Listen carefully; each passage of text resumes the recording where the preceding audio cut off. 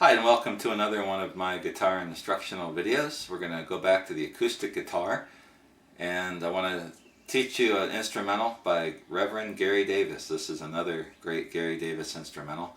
This one is called 12 Sticks, and I first heard of this on a Stephen Grossman instructional video, and he kind of plays it his way.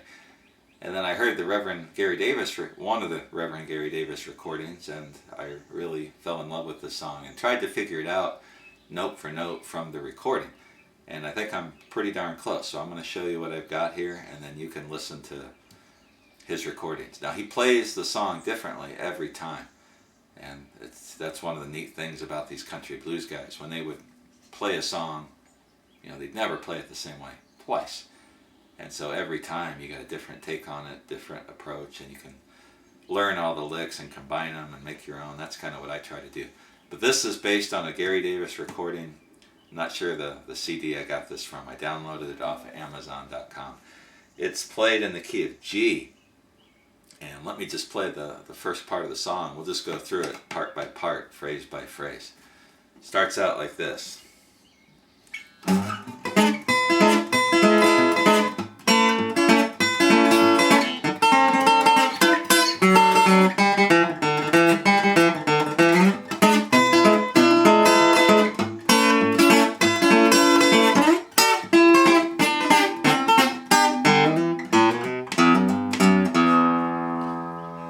That's the first part of it, and there's a lot going on there, but it's all kind of related, so it's easy to teach it.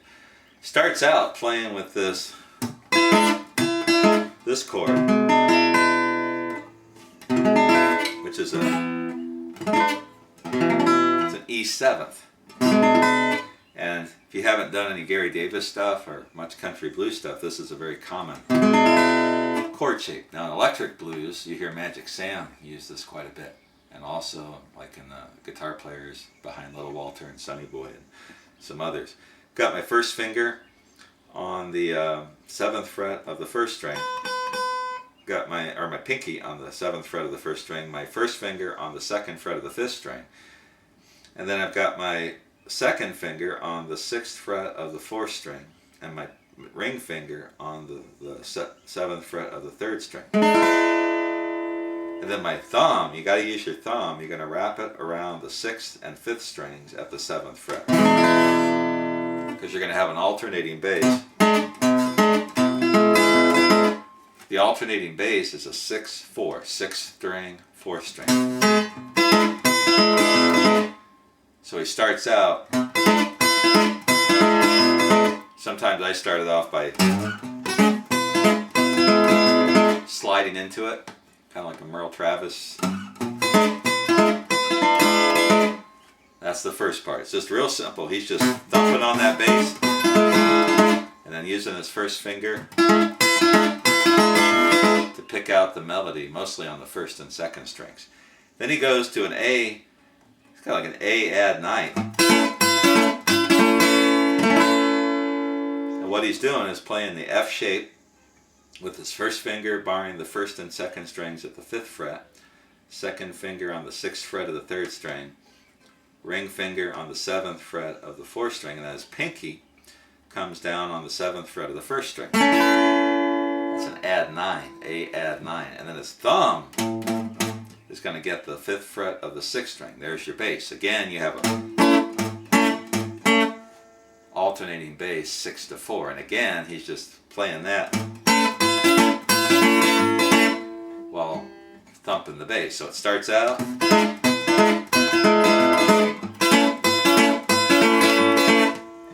like that.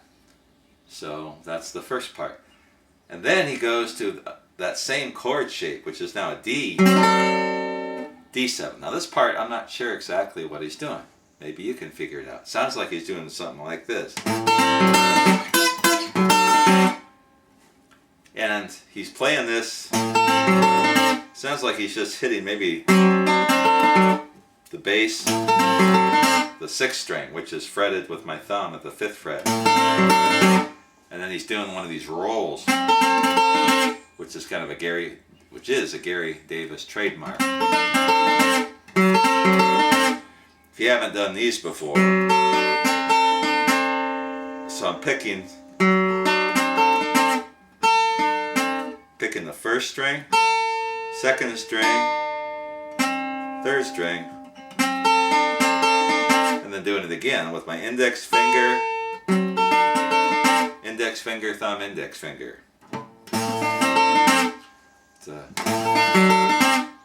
typical thing.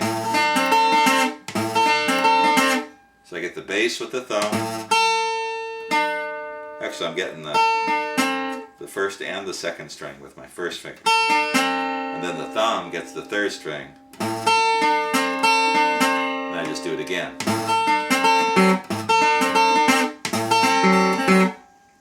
And then he's going, just briefly, to the 7th fret. And I think he's taking the whole chord. You almost have to, because he's coming right back to that chord again. And I don't think he could just stick one finger down there or even anything else and get back to that as quickly as he does. So what I do when I play it is just play. So I just move the whole chord up a couple of frets and get it with my first finger. And then he goes to this bass drum. Something like that. So open third string, second fret of the 4th string, open 4th string, second fret of the 4th string. Almost the same thing. If you listen to his recordings, he does this a little differently. I play it pretty straight up. I just play. So it sounds like.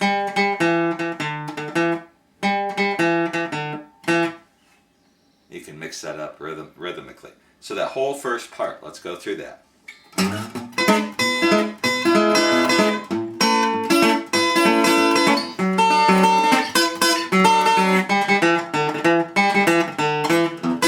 Back to this again. So that's all the same that we learned before.